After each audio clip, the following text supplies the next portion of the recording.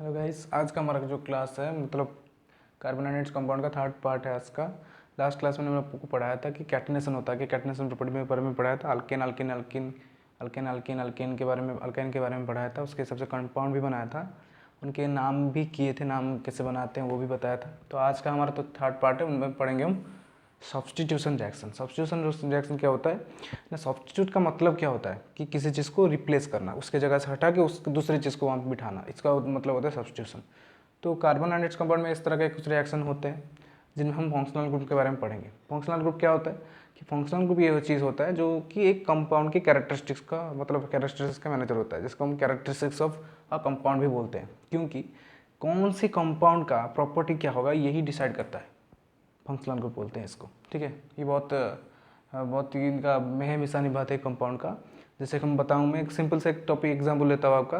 जैसे कि एक बाल्टी भर पानी में थोड़ा सा इंक डाल दीजिए तो पूरा बाल्टी इंक हो जाता है। तो ये तो हो गया आपका फिजिकल मिक्सचर के बारे में हो गया। लेकिन हम कंपाउंड के बारे में पढ़ते हैं, जैसे कि कंपाउंड है, उनका कुछ केमिकल प्रॉपर्टीज़ है, लेकिन जब फंक्शनल ग्रुप लग जाता है उनका केमिकल प्रॉपर्टीज़ पूरा बदल जाता है। समझ में आ रहा है आपको? तो वैसे ही मैं आपको नाम बताऊंगा, वैसे ही फिर एग्जाम्पल लेता हूँ। फिलहाल एक एग्जाम्पल ले लेते हैं। पहले बढ़ते हैं सब्स्टिट्यूशन होता क्या है। जैसे कि मैं बताता हूँ, यहाँ पे प्रोपेन लिख दिया मैंने। प्रोपेन आपको पता है सिंगल बॉन्ड है, 3 कार्बन है, हाइड्रोजन के हिसाब से हम लगा दिया मैंने उसको, तो प्रोपेन बन गया। लेकिन अगर यहाँ पे मैंने कौन सा भी एक हाइड्रोजन को रिप्लेस करके वहाँ पे क्लोरीन लगा देता हूँ, ठीक है, तो वैसे कुछ फ़र्क नहीं पड़ा इसको, क्योंकि क्लोरीन का भी वैलेंसी 1 है और हाइड्रोजन का भी वैलेंसी 1 है, तो इसका सब कोई फ़र्क नहीं पड़ा। लेकिन इसका वैल्यू चेंज हो गया, मतलब केमिकल रिएक्शन, केमिकल प्रॉपर्टी ही चेंज हो गया, क्योंकि यहाँ पे फंक्शनल ग्रुप लग गया क्लोरीन। तो इसका नाम प्रोपेन था, अब हो गया क्लोरोप्रोपेन। क्या हो गया? क्लोरोप्रोपेन। जब नाम ही बदल गया तो काम तो बदल जाएगा ही। समझ में आ रहा है आपको? तो इसका नाम, जैसे प्रोपेन का कुछ प्रॉपर्टी थे, केमिकल प्रॉपर्टी थे, अब ये क्लोरोप्रोपेन का केमिकल प्रॉपर्टी बदल गया। वो किसके वजह से? इनके वजह से।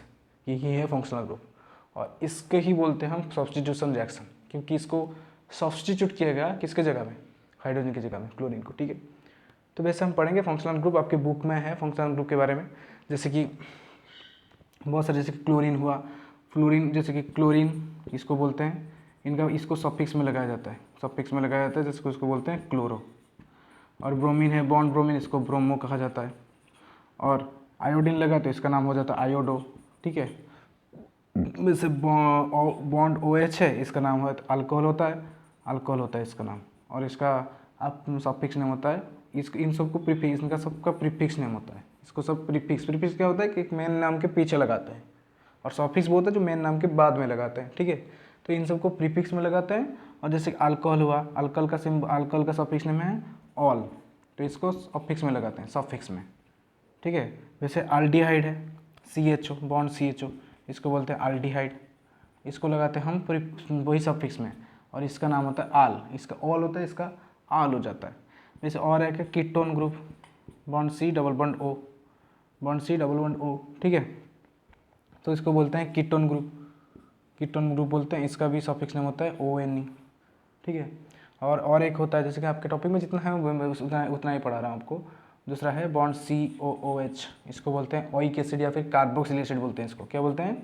कार्बोक्सिलिक एसिड, और इसका सफिक्स नेम होता है ओइक एसिड। तो ऐसा कुछ तरह, इस तरह से कुछ है, इनको हम लगाते हैं, मतलब कंपाउंड में चेंज वगैरह करेंगे, उसके हिसाब से आपको नाम भी बताएंगे कि किस तरह इनका नाम होता है। तो ज़रा ध्यान दीजिए इसकी तरफ, और बड़ा इंटरेस्टिंग टॉपिक है ये बहुत। मैंने बताया था आपको पहले से कि कार्बन डिफिकल्ट नहीं है, कार्बन इंटरेस्टिंग है, और कुछ नया आपको सीखने को मिलेगा तो क्या बात, अच्छा ही होगा। नया सीखने को मिलेगा तो आपको उसको आगे यूटिलाइज़ कर पाएंगे, और आपका पढ़ाई बेहतर भी हो सकता है, ठीक है। तो जैसे मैंने तो बता दिया आपको फंक्शनल ग्रुप होते हैं क्या है, फंक्शनल ग्रुप पता है कितने तरह का फंक्शनल ग्रुप होते हैं, उनके हिसाब से नाम बताता मैं। एक तरह का एक कंपाउंड बनाता हूँ, जैसे कि ये प्रोपेन हुआ, प्रोपेन का आपको क्लोरोप्रोपेन बता दिया, आपको ये समझ में आ गया होगा।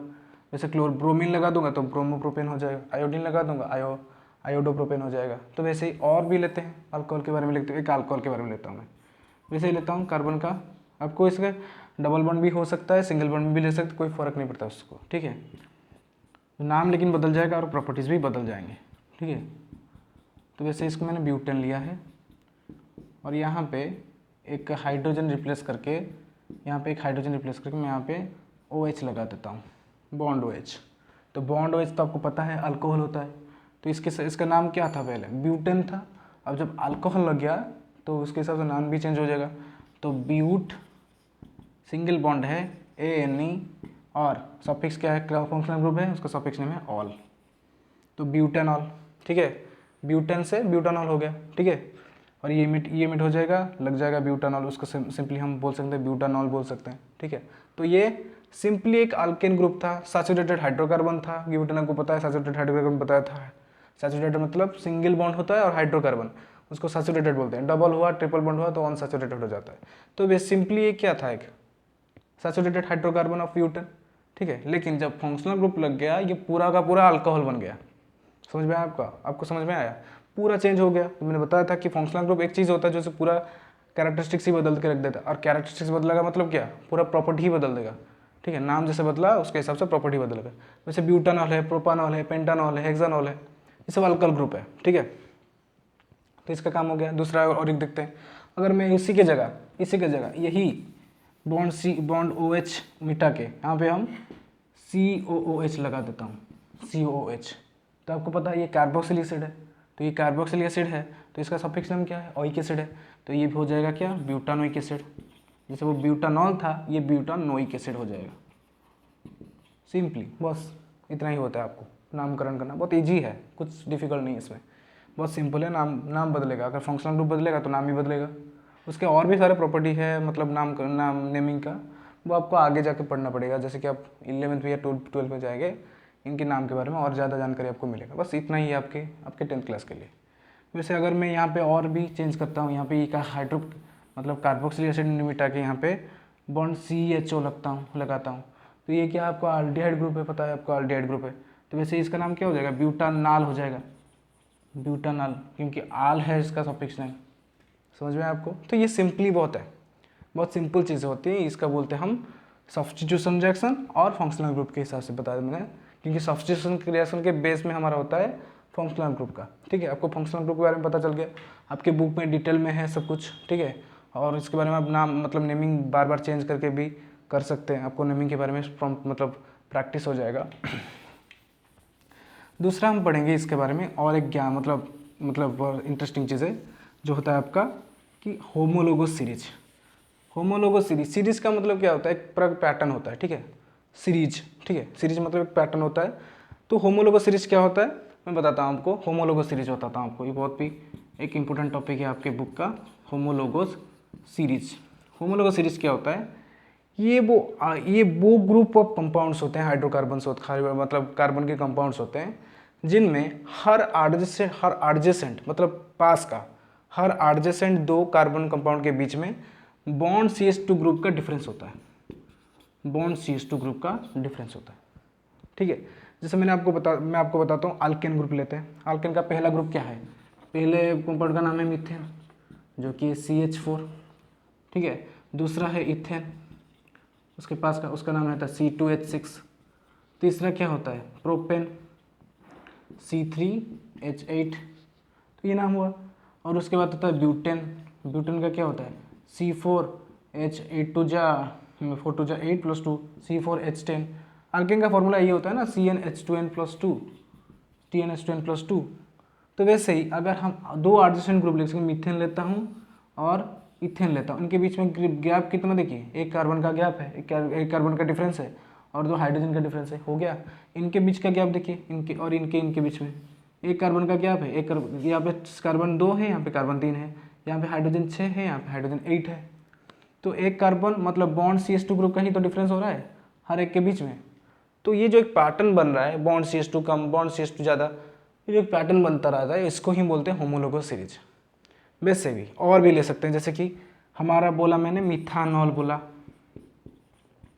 मिथानॉल, इथानॉल, अगर अल्कोहल लगाए, इथानॉल, प्रोपानॉल, ब्यूटानॉल। तो इससे क्या होता है, इनका जो केमिकल फॉर्मूला है, केमिकल रिएक्टिव कैपेसिटी होता है जो, या फिर जो केमिकल प्रॉपर्टी होता है वो नहीं बदलता, क्योंकि एक ही ग्रुप का है।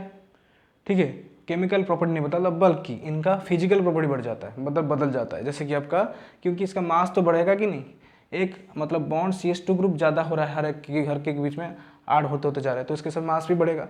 अगर मास बढ़ेगा तो फिजिकल प्रॉपर्टी बढ़ेगा, लेकिन इनके केमिकल प्रॉपर्टी को कुछ फर्क नहीं पड़ता, ठीक है। इनके केमिकल प्रॉपर्टी बरकरार रहता है। जैसे कि मैंने बताया मिथानॉल, इथानॉल, प्रोपानॉल, ब्यूटानॉल, ये सब अल्कोहल ग्रुप ही तो है। अल्कोहल ग्रुप का प्रॉब्लम तो एक ही होता है, मतलब प्रॉपर्टी तो एक ही होता है, ये सब अल्कोहल ग्रुप ही है। जैसे ऑइक एसिड बताऊंगा, जैसे कि methanoic acid, butanoic acid, propanoic acid, ethanoic acid, pentanoic acid, hexanoic acid, ये सब एसिड ही तो है। जैसे कि इनका नाम तो बदल रहा है लेकिन इनका प्रॉपर्टी नहीं बदल रहा है, ठीक है।